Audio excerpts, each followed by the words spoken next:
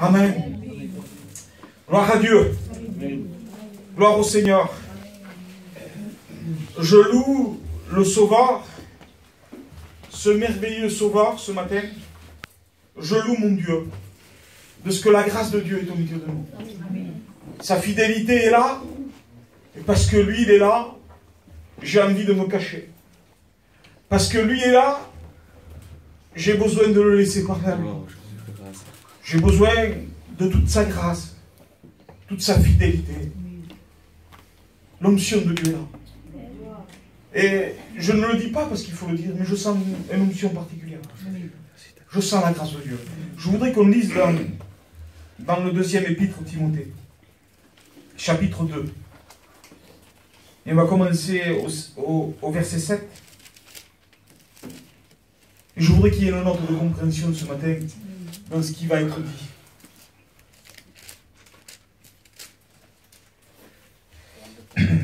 Comprends ce que je dis, car le Seigneur te donnera de l'intelligence en toutes choses. Et c'est ce verset que je voudrais que vous retenez. Souviens-toi de Jésus-Christ, issu de la postérité de David, ressuscité des morts, selon mon évangile, pour laquelle je souffre jusqu'à être lié comme malfaiteur.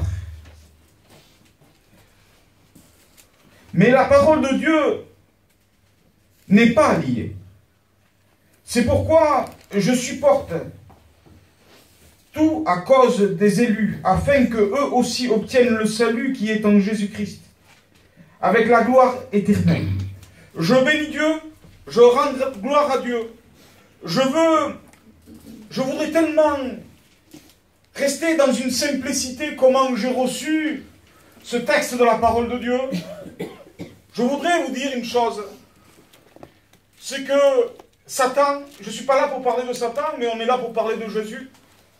Mais on est là pour englober un peu tout ce que nous pouvons rencontrer dans une vie chrétienne. Et je voudrais vous dire une chose, que Satan a toujours fait une œuvre qui le trompait lui-même. Qu'il est vaincu d'avance. Vous savez, je ressentais une note sur mon cœur là. Et il y avait une compassion profonde dans mon cœur. Et c'était comme une prophétie qui disait: le diable est un menteur, est un rêveur. Ne rentre pas avec lui en discussion, il va te voler la paix. Ne rentre pas avec des faux raisonnements humains. Des faux raisonnements qui sont là, que c'est des bruits de la chair, qui sont toujours là pour te courber, toujours là pour t'accabler, toujours là pour te anéantir. C'est la voix du malin qui est en train de venir t'accabler. Je sens une prophétie dans ce que je dis, Max. Je sens une prophétie de la grâce de Dieu. L'ennemi est toujours là pour accabler le peuple de Dieu. Toujours là pour t'accuser. Toujours là pour t'anéantir. Toujours là pour te détruire. Pour t'empêcher de louer Dieu. Pour t'empêcher de le glorifier à lui. Je voudrais te dire une chose. Que c'est un menteur. Que c'est un rêveur. Qui s'est juré ta perte. Mais il est vaincu à la croix du calvaire. Le Christ l'a vaincu à la croix du calvaire. Et vous savez, c'est un chien qui est tenu en muselière. C'est le singe de Dieu. Vous savez pourquoi? Parce que le Christ l'a vaincu. Amen. Ne reste pas sur une position qui est en train de t'accabler, est en train de te terrasser, mais parce que tu es vainqueur. Tu es vainqueur en Christ. Alors je voudrais rentrer sans plus tarder dans le thème du message.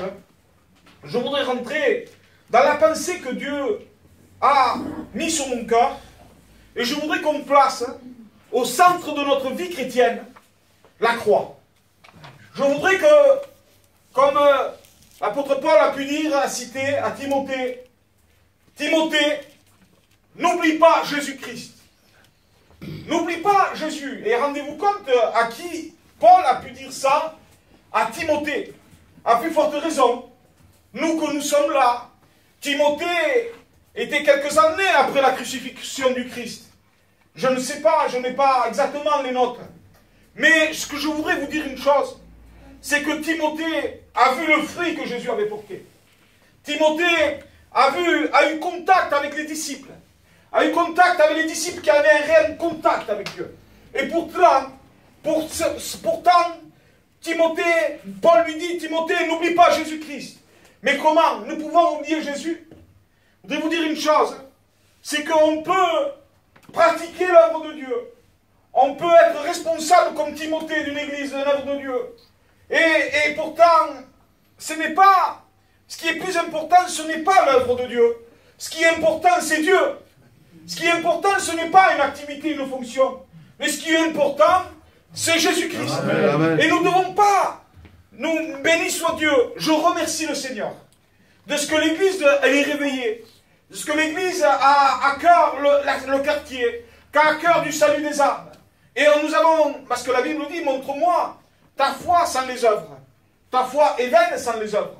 Mais rien ne va sans l'autre. Comment conserver la foi? C'est en gardant contact avec Jésus. C'est en gardant contact avec le Créateur. Vous savez, Abraham a été justifié par les œuvres. Oui, mais Abraham a été appelé ami de Dieu. Abraham faisait les œuvres, mais il était appelé ami de Dieu. C'est-à-dire qu'Abraham rentrait dans un contact, dans une intimité avec Dieu. Et je voudrais vous dire une chose, pourquoi je veux rentrer dans ce domaine-là? Parce que je pousse l'Église avec les frères qui sont avec moi à aller dans un domaine d'enfanter les âmes, d'aller dans les maisons, frapper aux portes, témoigner de la grâce de Dieu, témoigner de Jésus. Mais la Bible me dit que l'homme peut donner que ce qu'il a reçu. Et ce qu'il a reçu, ce que nous recevons de Dieu vient d'en haut. Nous devons monter à la montagne pour intercéder, pour se placer devant Dieu, pour entrer en communion avec lui, pour être appelé comme Abraham, ami de Dieu. Est-ce que nous sommes les amis de Dieu? Est-ce que tu es ami de Dieu? Parce que un ami le tutoie, et un copain, un passant nous vous voit. De temps en temps, bonjour monsieur, salut monsieur, un petit feuillet et puis on repart. Je voudrais vous dire qu'une vie qui peut enfanter des âmes, c'est quand on est ami de Dieu, quand on rentre dans sa présence, quand on rentre dans une totale intimité avec lui.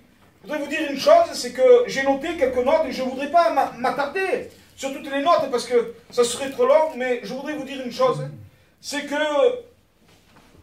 l'ennemi pourrait nous faire croire que par une pratique humaine, par une connaissance, une certaine pratique, nous pouvons construire une œuvre, bâtir, mais je voudrais vous dire que c'est de la prétention, c'est de l'orgueil total, et on peut essayer par des méthodes, parce que on les a vus faire par des autres personnes, et on va dire on va faire comme eux, on va essayer de bâtir une vie en allant visiter, en amenant des âmes à la réunion. C'est merveilleux ça, mais s'il n'y a pas la pensée de Jésus-Christ dans notre vie, c'est que du routinier, c'est que du mécanique, et notre vie ne prospère pas, parce qu'on parle de paix, on arrive à parler, de communiquer à l'extérieur, mais quand on arrive à la maison, on est des lions. Quand on arrive à la maison, on témoigne autour de nous, et Jésus est bon, et Jésus est amour, et Jésus est merveilleux, Jésus est grand. Mais quand on arrive à la maison, on est des lions, on est capable de jeter tout en l'air, on est capable de parler mal, on est capable de crier sur les enfants, on est capable si quelqu'un nous klaxonne au feu rouge, on est capable de l'insulter. Pourquoi? Parce qu'on rentre dans une vie de religieux, on rentre dans une vie de routine, et on n'est pas appelé à ça. On est appelé à être l'ami de Dieu, rentrer dans la communion. Vous savez, souvenez-vous, et ça me vient à l'esprit, et je me lance dans cette direction. Souvenez-vous quand Moïse était avec Josué et Hur, et quand Moïse dit à Josué, Josué combat Amalek. Mais moi, il dit, je irai sur le sommet de la montagne, et je me tiendrai la verge de Dieu à la main, et je prierai, j'intercéderai. Et quand ce peuple-là, qui était Amalek, l'ennemi du peuple de Dieu, était là, et quand Moïse priait, quand Moïse intercédait, le peuple en bas était vainqueur. Nous ne pouvons pas oublier Jésus, partir, témoigner à gauche et à droite, sans pouvoir avoir cette intimité avec Dieu, témoigner à gauche et à droite, on perd des forces, sans pouvoir s'entretenir avec la parole de Dieu, sans avoir cette intimité avec le Seigneur. Oh, ça tient un moment, mais après, on arrive un moment où on se casse, où on se courbe, où on fait une dépression spirituelle, et on s'en va loin de Dieu, et on se laisse entraîner par la voix du malin qui nous accable, qui est en train de nous détruire, qui est en train de nous anéantir. Tu n'es pas à la hauteur, tu n'y arrives pas, et il te fait rentrer dans une dépression spirituelle. Pourquoi? Parce que nous n'avons pas veillé, parce que nous n'avons pas eu cette intimité avec Dieu, et nous avons essayé de battre selon nos forces. Je voudrais vous dire que c'est la voix du malin qui te fait croire que tu peux arriver à construire une vie chrétienne en menant ta vie comme cela, en essayant par des méthodes. Arrêtons avec les méthodes. Il n'y a pas de méthode.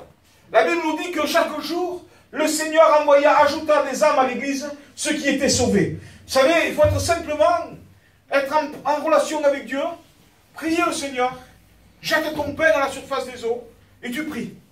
Tu attends. Tu attends la bénédiction. Tu attends que Dieu t'envoie. Parce que si Dieu ne t'envoie pas, si Dieu n'est pas avec toi, et ne te montre pas une direction, tu vas taper tout droit dans un mur. Il faut attendre la direction du ciel. Je prie souvent, je le dis souvent, Seigneur, et vous devez dire, mais qu'est-ce qu'il a ce pasteur? Il n'a pas de direction alors. Je prie souvent d'avoir une direction du ciel. Je veux une direction du ciel. Je me suis trop trompé. L'ennemi me trompait en me disant, mais fais comme ça, prends des tactiques, fais comme ça, fais comme ça, fais comme ça. Et on peut prétendre, ça marche un temps. Mais ça ne tient pas. C'est fondé sur du sable. Et ça ne tient pas. La pluie tomba, la vanne arriva, et la maison s'écroula. Pourquoi? Parce qu'elle n'a pas été bâtie sur le fondement. Mais si elle est bâtie sur le fondement, qui est la parole de Dieu?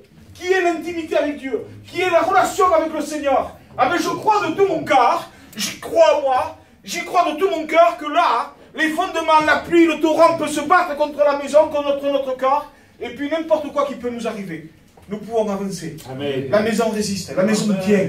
Mais s'il n'y a pas tout cela dans notre vie, eh croyez-moi que ça ne tient pas, ça n'aboutit pas. La Bible nous parle que là, Josué combattait et Moïse priait. Il y avait une complicité, hein. Il y avait une certaine complicité quand même. Et voilà la complicité que nous devons avoir. L'église de Dieu, frères et sœurs, les frères et les sœurs de l'église. Je voudrais vous dire que nous devons avoir cette complicité-là. Par l'instant que vous voyez qu'il y a une frère ou une sœur dans un combat, nous devons prier, intercéder, lutter. Quand vous voyez qu'il y a la réunion qui est pleine et qu'il y a 100 personnes dans l'église, et que je vois des chrétiens qui regardent le plafond ou son téléphone portable, croyez-moi que j'ai une ardente colère dans mon cœur. Parce qu'il y a un combat qui est en train de se faire. Il y a le combat qui est en train de se faire avec des ténèbres. Le pasteur qui est derrière prêche. Et on ne lutte pas ensemble. Et on a des défaites. Pourquoi il n'y a pas de brisement? Pourquoi il y a des gens qui viennent dans nos réunions et qu'il n'y a rien qui se passe? Parce qu'en bas, il y a Josué qui prie, qui combat. Et Moïse n'est pas sur la montagne. Qui est Moïse? Je ne prétends pas d'être Moïse, moi. Je ne suis rien du tout. Moi, je suis un frère comme vous. Mais ensemble, le pasteur qui prêche derrière, il doit être là. Et les Moïse, c'est vous qui doit intercéder, qui doit prier, qui doit lutter. Mais bien souvent, il y en a qui sont fatigués. Et je le comprends. Moïse a été fatigué. Moïse, la Bible nous dit que ses mains de Moïse étaient languissantes. Moïse était les mains qui commençaient à descendre par rapport à la fatigue. Mais quand les mains de Moïse descendaient, le peuple en bas perdait. Le peuple perdait en bas. Mais il est venu Josué, il est venu Hur et Aaron. Ils se sont mis à côté de Moïse. Ils ont placé un rocher qui était sous Moïse. Ils ont mis Moïse dans un repos. Ils ont mis Moïse dans un repos. Et là, les mains de Moïse ont pu rester levées droites. Et là, le peuple était dans un combat. Le peuple gagnait Amalek. Le peuple a remporté la guerre contre Amalek. Voilà qu'est-ce que nous devons être. Amen. Nous devons nous souvenir de Jésus. Oui, nous devons nous souvenir du bois de la croix. Nous devons nous souvenir de là où le Seigneur nous a sortis. Et nous ne devons pas rester insensibles à tout ce que nous voyons autour de nous. Des gens qui sont dans l'angoisse. Des gens qui sont dans la drogue. Des gens qui viennent dans nos réunions. Que leur vie est cassée. Leur vie est détruite. Et on arrive à prier pour notre propre intérêt. Mais quels sont les sentiments de Jésus? Pourquoi Paul lui dit ça? Timothée, fais l'œuvre d'un évangéliste. Timothée, souviens-toi de Jésus. Et là, Paul, il est en train de le remuer. Il est en train de parler à sa vie. Mais pour quelle raison? Est-ce que vous croyez que c'est pour le mal de Timothée? Non, c'est pour le bien de l'œuvre. Et des fois, si on est là, et qu'on crie un peu, qu'on reprend un peu, ce n'est pas pour notre intérêt à nous.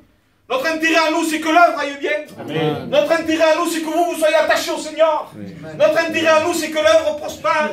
Mais que vous restez attachés à Jésus. Qu'est-ce qu'a dit Jean le Baptiste? Ce n'est pas moi, il a dit à ses disciples. Hein? Suivez-le à lui. C'est lui qui ôte le péché du monde. En parlant de Jésus. Et voilà ce que je veux vous amener. Je veux vous amener à la croix. Je veux vous amener à Jésus. Les frères qui prêchent veulent vous amener à Jésus. Mais c'est ensemble. Le combat se fait ensemble. Est-ce que vous croyez que Moïse l'a fait tout seul, le combat? Est-ce qu'on peut croire à ça? Est-ce que vous croyez qu'il y avait une tactique? Hein? Est-ce que vous croyez qu'il y avait une méthode? Non. Je vais vous dire que l'ennemi est là pour tromper chacun d'entre nous. Ne rentre pas en discussion avec l'ennemi. Ne rentre pas avec lui, comme elle a fait Ève. Elle a rentré en discussion avec le serpent. Ça a été l'échec. Ça a été la ruine, le chaos. Par un seul homme, le péché est rentré sur la terre. Et par un seul homme, la mort s'est établie. Pourquoi? Pour rapport à une discussion. Combien de fois l'ennemi est venu te troubler? Et te dire, mais qu'est-ce qu'il veut, lui? Pourquoi? Qu'est-ce qu'il a qui veut prêcher comme ça? Qu'est-ce qu'il veut? Qui regarde sa maison, qui voit sa... Oui, chacun en a regardé notre maison. Oui, chacun en a des problèmes. Oui, chacun en a des difficultés. Ne me regardez pas à la loupe. Ne regardez pas les frères à la loupe. Ne vous regardez pas les uns et les autres à la loupe. Mais regardez à Jésus. Amen. Si on a un regard fixé sur Jésus, je crois de tout mon cœur, moi, que le reflet qui est le Christ, les yeux de Jésus, ont fait pleurer Pierre. Hein? Le regard de Jésus. Parce que le regard de Jésus, c'est un miroir. Quand Pierre, il croise le regard de Jésus, il se met à pleurer amèrement. Hein? C'est la Bible qui nous dit ça. Alors quand on regardera Jésus, on n'aura plus le temps de regarder à côté. Quand Pierre avait tourné ses regards de Jésus, il s'est mis à couler. Pourquoi on doit se souvenir de Jésus? Parce que Jésus est la sécurité. Amen. Parce que Jésus a tout pouvoir. Parce que Jésus a vaincu l'ennemi. Parce que Jésus a vaincu à la croix. Ouais. Oh, le diable pouvait faire croire à toutes les personnes quand il y avait la croix du calvaire. L'ennemi pouvait faire croire à tous les disciples qui y avait autour que c'était fini, que c'était le chaos, que c'était la ruine. Mais le Christ, c'est là où la plus grande victoire est à la croix du calvaire. Amen. Quand le Christ est ensanglanté sur la croix du calvaire, je voudrais vous amener là. Pendant 6 heures, élevé entre ciel et terre, le Seigneur Jésus était là, élevé. Et puis l'ennemi était là, il se croyait victorieux. Il se croyait vainqueur.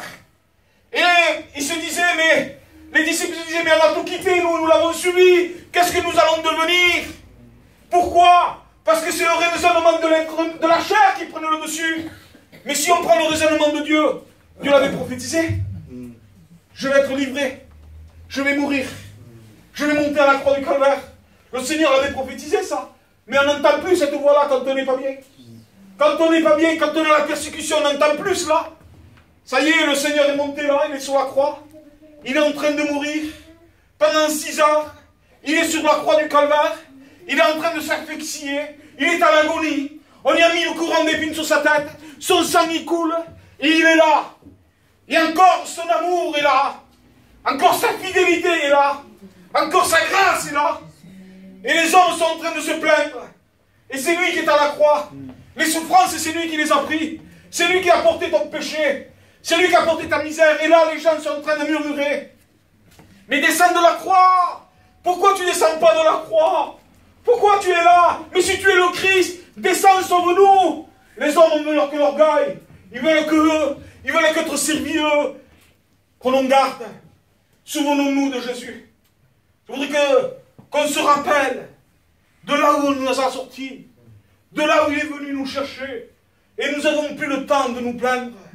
Quand nous penserons à cela, qu'il est monté à la croix du calvaire pour nous, c'est le châtiment qui nous devait nous tomber dessus, il est tombé sur lui. C'est nous étions voués à la mort pour une éternité. Mais lui, il a pris soin de nous. Il a levé notre misère. Il a levé notre péché, notre ténèbre qui demeurait sur nous. Mais c'est merveilleux, Jésus. C'est merveilleux. Mais là, la Bible nous parle que les gens étaient dans le doute. Ils étaient dans le discrédit. Ils ne croyaient plus. Ils attendaient un Messie qui était roi. Et alors il vient rentrer dans Jérusalem avec un âne, au lieu d'arriver avec un char.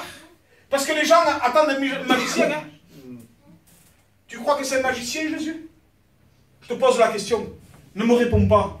Pourquoi j'ai ça? Et pourquoi je fais ça? Et pourquoi il m'arrive ça à moi? Et pourquoi il y a ceci? Et pourquoi mon fils ne vient pas? Et pourquoi un tel, ma belle-fille, fait ça? Mais tu demandes, vous recevez mal, il dit. Vous demandez mal, il dit. Vous ne recevez pas. Parce que vous demandez dans le but de satisfaire vos besoins. Et vous êtes malheureux. Parce que vous ne possédez pas. C'est la Bible qui dit ça, c'est pas moi. Hein. C'est la parole de Dieu. Vous êtes envieux, jaloux. Vous ne possédez pas. Vous êtes méchant. C'est la Bible qui dit ça. Parce que vous demandez dans le but de vous satisfaire vos besoins. Et je voudrais vous dire une chose. C'est vrai qu'on est méchant. C'est vrai qu'on n'est pas juste. C'est vrai qu'on n'est pas droit dans nos propos. Pourquoi? Parce que le doute peut s'installer dans un cœur. Montre-moi ta foi sans les œuvres. Ta foi est vaine. L'un il dit, moi j'ai la foi, l'autre dit, j'ai les œuvres. Oui, il dit, mais bon, c'est pas ça en réalité.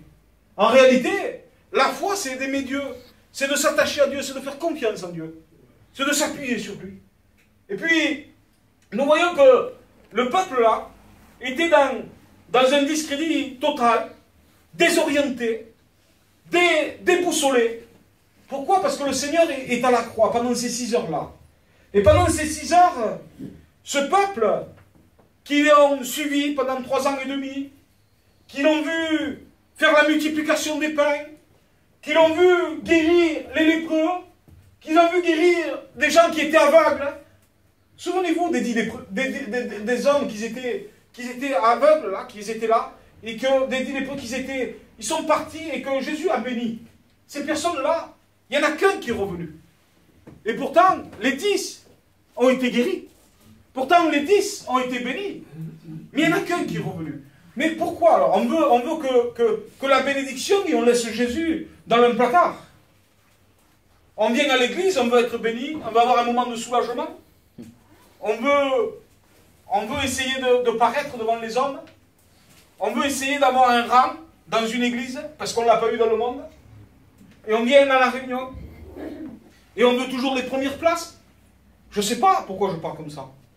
C'est peut-être pas... Mais peut-être que dans le cœur, c'est caché ça. Et c'est pour ça qu'on ne s'épanouit pas dans la parole de Dieu. Peut-être qu'on essaye de paraître devant les hommes. Et c'est pour ça qu'on n'arrive pas à s'épanouir. De te dire que c'est de la simplicité du cœur que Dieu bénit. Parce que c'est le Christ qui est monté à la croix. Timothée, souviens-toi de Jésus. Un jour, la Bible nous parle, quand elle nous dit, quant à Abraham, il dit, Abraham, quand tu seras dans ton bien, souviens-toi de moi. Quand tu seras heureux, Abraham, souviens-toi de moi. Quand on sera heureux. Pourquoi l'Éternel dit ça à Abraham? Parce que quand on est dans un certain confort, parce que quand on s'installe dans un confort, eh bien, on ne pense plus à Jésus. On n'arrive plus à réaliser de là où nous a sortis. Ça y est, le Seigneur m'a délivré de la drogue. Ça y est, le Seigneur a arrangé mon problème. Et on vit notre vie. On marche. Et on s'installe dans ce confort-là. Dans un repos superficiel. Mais quand même, on le sait au profond de nous qu'on est agité. Et on oublie Jésus. Et on marche. On marche. On marche. Je voudrais vous dire que il y a plusieurs exemples dans la parole de Dieu. Il y a plusieurs exemples. Il dit un jour, dans l'Apocalypse, chapitre 2, et au verset 2, je crois, il nous parle, il dit, je connais tes œuvres. Je connais ta persévérance, il dit. Je sais que tu as éprouvé ce qui se disent apôtres et qui ne le sont pas. Tu les as même trouvés menteurs. Il dit, mais c'est que j'ai contre toi. C'est que tu as abandonné ton premier amour. Et c'est ça la base. Le principal. La base du message que je vous annonce ce matin. C'est l'amour pour Dieu. Plus que l'amour pour l'œuvre. L'amour pour Dieu, plus qu'une activité. L'amour pour Dieu, plus que tout. Le premier dans nos vies. Le premier dans nos cœurs. Et quand nous avons le cœur brûle pour Jésus, après, ça découle le reste. Après, Jésus t'emploie. Après, Jésus te montre des maisons à qui frapper. Et de lui témoigner de Jésus. Mais ça, en premier, ça ne va pas avant l'amour pour Dieu. Comprenez le sens que je veux dire. Il y a des personnes qui n'ont pas rencontré le Seigneur et qui sont capables de témoigner de Jésus avec une cigarette à la main. Ça m'est arrivé, je l'ai vu. Viens à la réunion. Viens à la réunion. T'as pas du feu et tu allumes une cigarette. Mais cette personne-là, elle pourra venir 150 ans dans la réunion et rien ne se passera. Ces gens-là sont capables de jurer à leurs enfants, de parler mal, de vivre dans le péché et de dire à leurs enfants, allez à la réunion. Et eux, partir en discothèque. Ces gens-là, ils sont capables de beaucoup de choses. Je ne voudrais pas m'étaler sur beaucoup de ces détails-là. Pourquoi je vous dis cela?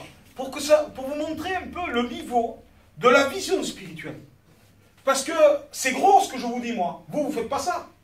Mais ce qui se passe, c'est, je vous le grossis pour qu'on arrive à comprendre si on vient à la réunion, qu'on fait toutes les réunions, parce que je crois qu'il y a 6 ou 7 réunions par semaine dans la salle. Si on fait toutes les réunions, qu'on se nourrit de réunions, et que chez nous, il n'y a pas cette mise à part, il n'y a pas ce moment avec Dieu, il n'y a pas ce moment avec la parole de Dieu, ah ben on vient ici, comme ces gens qui disent, venez à la réunion, et qui s'allument une cigarette. C'est pareil. S'il n'y a pas d'intimité avec Dieu, on rencontre un club, on rencontre une religion. Je bénis Dieu de ce que l'Église va avec la grâce de Dieu. On commence à sentir la grâce de Dieu dans la réunion. On commence à sentir une direction. Je dis bien on commence. On est un petit rejeton. On ne croyons pas qu'on est une église qui a 40 ans d'âge.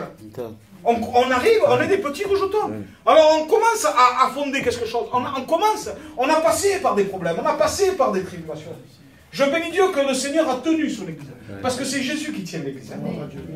L'église, c'est Jésus qui la tient. Nous ne voulons pas avoir cette prétention de dire non, non, c'est les pasteurs qui la tiennent. Excusez-moi les frères, hein. Excusez-moi, mais moi et vous et moi, on est très peu de choses. Avec le respect que je vous dois. Si l'église est en place, c'est que Jésus nous tient. Et si on réalise cela, qu'on dépend de sa grâce, qu'on dépend de sa fidélité, je crois que l'église doit prospérer. Mais il faut ensemble se tenir à la montagne. Il faut avoir ce contact avec Dieu. Il faut avoir cette relation, cette intimité à la montagne avec Dieu. Comme Moïse, qui priait pour le peuple qui était en bas. Et là, nous allons remporter des victoires. Je vais vous dire que ces 6 heures à la croix ont touché et ont bouleversé la nature, ont bouleversé l'homme pécheur, le péché, ils ont tout bouleversé. J'ai noté là, j'ai pris des notes. J'ai pris des notes, certaines notes que j'ai prises là. Vous savez, le plan du diable était de crucifier le Seigneur, était de l'anéantir. Il lui a planté son côté, il lui a planté ses mains pour qu'il ne guérisse plus les malades, il lui a planté son cœur pour qu'il puisse t'aimer. Mais ça, c'était la pensée du diable. Il a planté les pieds de Jésus il a cloué les pieds de Jésus pour plus qu'il se déplace pour venir vers toi. Mais ça, c'était la pensée du diable. Je vais vous dire que pendant ces 6 heures à la croix, le Christ était là, ensanglanté, et c'est lui qui a payé. C'est lui. Quand l'ennemi a voulu le crucifier, a voulu le mettre à la croix, l'ennemi s'est dit, ça y est, j'ai tout gagné. Il a mis du trouble au milieu du peuple de Dieu. Il a mis de la discorde. Chacun est rentré chez eux. Nous savons que l'apôtre Pierre est rentré et retourné à la pêche pour pêcher. Nous nous souvenons que les disciples d'Emmaüs sont rentrés. Ils étaient tout tristes. Et puis, ils s'entretenaient en chemin, mais la bénédiction est venue les rattraper. Mais ça a été par la suite. Je vais vous dire une chose, que ça a été... Il y a eu du discrédit, il y a eu de la cassure, il y a eu des problèmes, il y a eu des difficultés. Mais si on écoute la voix de l'ennemi, et si on discute avec cette voix-là, ah ben je comprends pourquoi tu es abattu. Je comprends pourquoi ton visage ne rayonne pas. Je comprends pourquoi tu t'épanouis pas. Parce que tu as un entretien avec l'ennemi, dans un sens. La voix du malin. Il ne dit pas attention, que ce soit clair. Mais tu laisses parler la voix de l'ennemi. Et je voudrais te dire qu'on est obligé de le repousser. Tu es obligé d'anéantir ces bruits de la chair qui sont en train de dire, mais qu'est-ce qu'il veut ce frère? Pourquoi ça? Et pourquoi cette sœur? Et pourquoi cette sœur ne m'appelle pas? Et pourquoi? C'est la voix du malin. Pour te tenir à l'écart. Pour t'éloigner du troupeau. Pour t'éloigner de tes frères et de tes sœurs. On est appelé à se soutenir, à s'aimer, à se tenir dans la communion, à se soutenir dans la prière. On est appelé à nous tenir unis. On est appelé à cela. Et l'ennemi veut nous diviser, nous détruire, nous casser. Mais ça, je voudrais vous dire que si on est près de Dieu, le Seigneur nous le montrera. Le Seigneur nous le fera voir. Je voudrais vous dire que là, quand l'ennemi, là, croyait d'avoir été vainqueur, ça a été sa plus grande défaite. Parce que le Christ lui a écrasé la tête. Amen. Il dit la postérité de la femme t'écrasera la tête dans la Genèse 2,15, je crois. Oui, Genèse 2,15. Il dit, et toi, tu lui blesseras le talon. Et ça s'est accompli à Golgotha. Ça s'est accompli à la croix du Calvaire. Tout cela. Et là, nous voyons que le Seigneur, à la croix, la mort de Jésus, j'ai marqué, à la croix, a touché 7 endroits différents. Elle a touché la nature. Elle a touché... Il y a eu un tremblement de terre sur toute la terre. La terre trembla. Le soleil s'obscurcit. Les rochers se fendirent à la crucifixion du Christ. Elle a touché le royaume des morts. Les sépulcres s'ouvrirent, la Bible nous dit. Et plusieurs des morts ressuscitèrent. Troisième point où elle a touché toutes les personnes qui étaient autour. Le capitaine a dit, assurément cet homme était le Fils de Dieu. Les soldats qui étaient là, les brigands qui se sont repentis. La croix a touché, a bouleversé toute la terre entière. La Bible nous dit qu'il y avait des ténèbres sur toute la surface de la terre. Pourquoi? Parce que le Créateur était en proie au tourment pour nos vies. Mais là, il est en train de témoigner de sa réalité, de sa victoire. Vous savez, la Bible nous parle qu'il a touché le monde religieux. Le voile du temple s'est déchiré du haut jusqu'en bas. Pourquoi? Parce que les religieux étaient là et vivaient une vie de religiosité. Vivaient une vie qu'ils faisaient pour apporter un sacrifice et il fallait faire pour être béni. Il fallait faire. Et c'est tout à fait l'inverse qui a été avec le Christ. La grâce, c'était pas de faire, c'était de croire. Qu'est-ce qu'il faut que je fasse pour avoir la vie éternelle? Crois seulement et tu seras sauvé. Amen. Il y a besoin de croire. Et quand on croit, on pratique après. Mais on ne peut pas venir et faire des sacrifices. On vient, il dit, le voile du temple s'est déchiré du haut jusqu'en bas. Pourquoi dans ce temple, on offrait des sacrifices? Il fallait. Parce que celui qui avait de l'argent offrait un taureau. Celui qui avait moins d'argent, un oiseau, une tourterelle, un effet de farine, du blé. Mais en réalité, ça c'était pour couvrir le péché. C'était pour couvrir. Et qu'est-ce qu'on veut couvrir? Qu'est-ce qu'on veut dissimuler, nous, en faisant? Qu'est-ce qu'on veut cacher? Une vie de religiosité? Mais tu caches, mais tout est à nu et à découvert devant Dieu. C'est ça le problème. Le véritable problème, est-ce que vous pouvez nous cacher à nous, serviteurs de Dieu? Mais devant Dieu, on ne peut rien cacher. Oui. Devant Dieu, Dieu voit tout, Dieu connaît tout, Dieu sait tout, Dieu te voit, Dieu connaît ce que tu caches. Parce que le péché était pour couvrir. Le sacrifice était pour couvrir. Couvrir le péché, dissimuler, cacher. Cachons plus devant Dieu. Arrêtons. S'il vous plaît. S'il vous plaît. C'est mon cœur qui parle ce matin. Cachons plus une apparence. Ne cachons plus une vie. Je témoigne, je vais à gauche, je vais à droite. Non, tiens-toi devant Dieu. Prie. Intercède. Et on verra quand on te piquera. Comment tu répondras. Parce qu'aujourd'hui, il y a beaucoup d'œuvres. Mais à peine on pique, on se cabre. Ce matin, ce n'est pas des reproches. Hein. Mais c'est mon cœur qui parle. Et je crois que j'ai le droit de le faire. Ce matin, quand on pique certaines personnes, quand on gratte derrière, on s'aperçoit qu'il y a du plâtre dessus. C'est pas du marbre. C'est pas du rocher. C'est du marbre. C'est du plâtre. Quand on gratte le plâtre, on sait ce qu'il y a dessous. Quand on te touche un peu au vif, tu ressors ta vieille nature. Tu ressors un peu tes sources, tes origines. Tu es en train de récupérer l'homme qui était enseveli, le vieil homme, la vieille nature. Tu es en train de le faire ressortir. Je ne fais pas de reproches, que Dieu m'en garde. Mais je voudrais ensemble ce matin, moi en premier et vous, qu'on se tienne à la montagne, qu'on prie, qu'on cherche Dieu, qu'on rentre dans sa présence, qu'on rentre dans la communion. Vous savez, il y a un certain temps de cela, au début, quand j'ai pris la réunion, j'ai dit on arrête les réunions d'évangélisation. Pour certaines doivent s'en rappeler. J'ai plus voulu faire des réunions d'évangélisation. J'ai dit on fait des réunions de prière. On fait des réunions de prière. On fait des réunions de prière. interdit de prêcher l'évangélisation dans la réunion. On fait des réunions de prière. Et Dieu a béni. Dieu a béni. Est-ce qu'il ne faudrait pas revenir comme ça? Est-ce qu'il ne faudrait pas revenir à genoux, faire des réunions de prière? Parce qu'on fait 3000 messages, il n'y a pas une âme qui se convertit. Il y a des adeptes à la réunion. Il y a beaucoup de personnes. Mais il est où le brisement? Il est où le brisement? Alors, si vous n'arrivez pas à prier chez vous, et moi aussi, que je n'arrive pas à prier chez moi, pourquoi on ne vient pas là? Pourquoi on ne vient pas là, on ne prie pas ensemble, moi et vous? À genoux devant Dieu. Pour ceux qui peuvent le faire. Pourquoi on ne le ferait pas? Alors, vous savez, même le samedi que j'ai mis la réunion de prière, il y a beaucoup d'inconvertis. Ça nous coûte de faire des réunions de prière. Parce qu'il y a des inconvertis. Mais c'est un tort, les frères, quand même. On doit prier. Et ceux qui veulent avancer viendront et prieront. Se repentiront. Vous savez, quand je vous disais, il a touché le voile du temple, a été déchiré. Et en cinquième point, il a touché le royaume des ténèbres. Il a touché le diable, les démons et le péché. Il les a dépouillés. La Bible nous dit qu'il a dépouillé les autorités.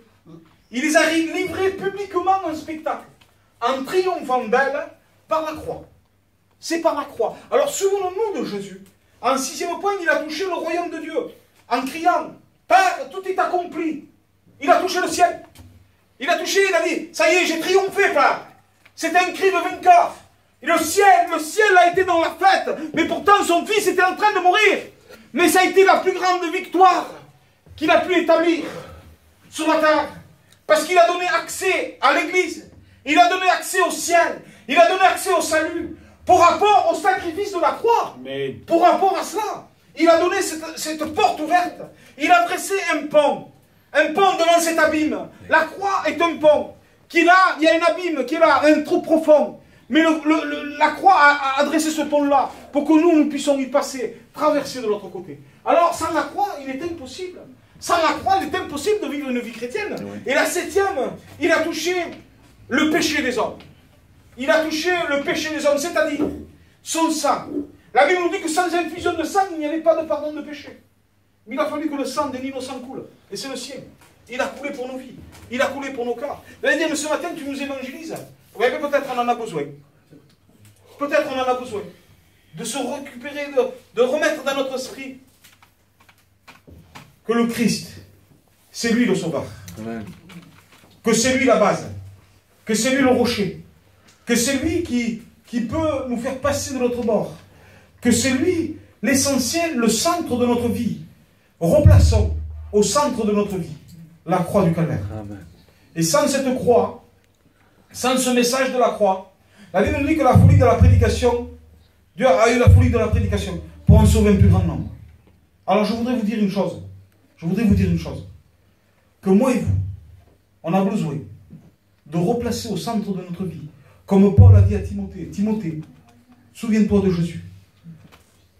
C'est bien que nous fassions les œuvres, parce que la foi sans les œuvres est morte. Mais nous avons besoin de nous rappeler de là où le Seigneur nous a sortis pour aller plus loin. Je voudrais qu'on va se courber. On va rentrer dans la présence de Dieu. Je voudrais qu'on prie le Seigneur de tout notre cœur. Si nous avons fait fausse route, parce qu'on peut tourner en rond. On peut tourner en rond, les frères. S'il faut passer sur ce pont qui est la croix pour aller de l'autre bord, ben fais demi-tour et passe sur le pont. Parce qu'il n'y a pas de raccourci avec le Seigneur. Il n'y a qu'un seul chemin. La Bible nous dit qu'il est le chemin, il est la vérité et la vie. Oui, nul ne vient au Père que par lui. Le Christ, c'est le pont qui mène à Dieu. On se courbe, s'il vous plaît. Tu pries le Seigneur.